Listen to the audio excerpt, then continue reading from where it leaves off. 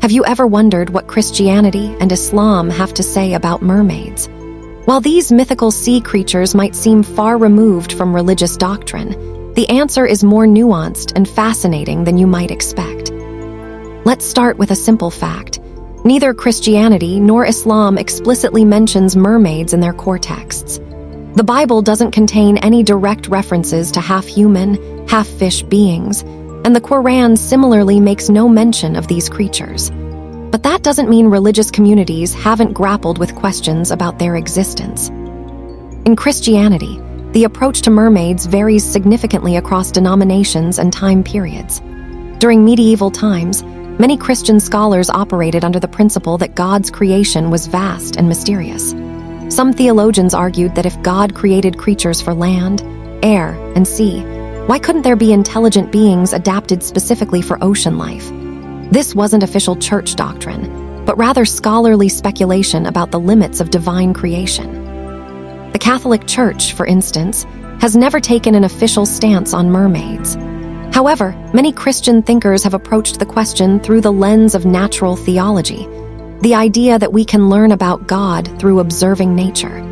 Some argued that mermaids, if they existed, would simply be another example of God's infinite creativity in populating the earth. Interestingly, some early Christian texts and apocryphal writings do mention various sea creatures and water spirits, though not mermaids specifically. The Book of Enoch, while not part of the biblical canon, describes various created beings that inhabit different realms of existence. Islam takes a different approach to the question of unknown creatures. Islamic theology includes the concept of ghaib, the unseen world that exists beyond human perception. The Quran acknowledges that Allah has created many creatures that humans are not aware of. The famous verse, "And Allah has created every animal from water," suggests a divine origin for all sea life, but doesn't specify particular forms. Islamic scholars have generally been more open to the possibility of unknown creatures existing in the vast oceans. The reasoning is straightforward. If Allah's creation includes jinn, angels, and various unseen beings, the existence of aquatic intelligent life wouldn't contradict Islamic principles. Some scholars have pointed to Quranic verses about the mysteries of the sea as evidence that we haven't discovered everything Allah has created. There's also the Islamic principle of la yunkar al-muhtamal, meaning we shouldn't deny possibilities that aren't explicitly forbidden. Since mermaids aren't mentioned as impossible or forbidden, some Islamic thinkers have left room for their potential existence. Both religions share common ground in emphasizing human stewardship over creation.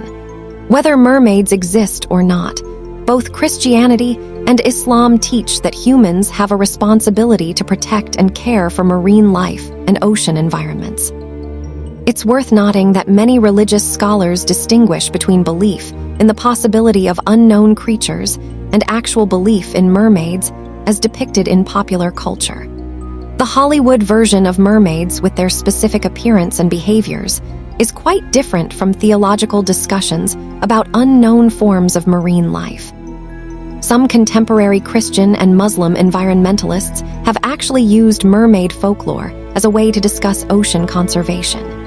They argue that regardless of whether these creatures exist, the stories remind us of our connection to and responsibility for marine ecosystems.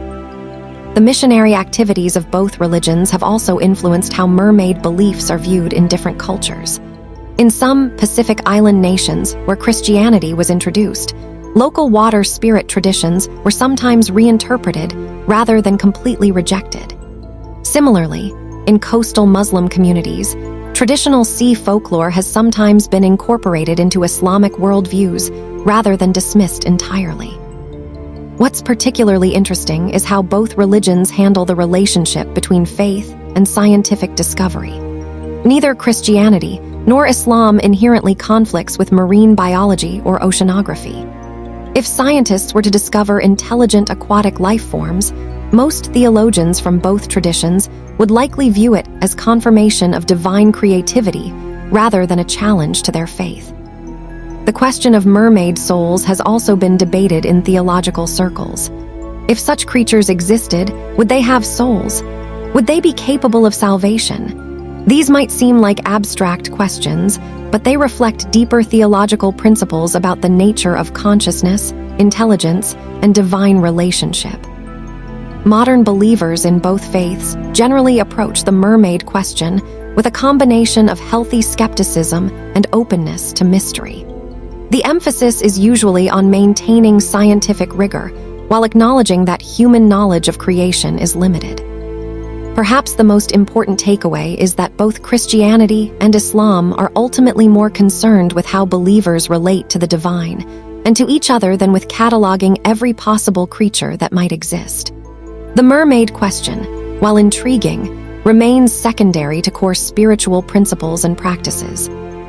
So do Christians and Muslims believe in mermaids? The answer is, it depends on the individual believer, and neither religion requires a definitive position on the matter.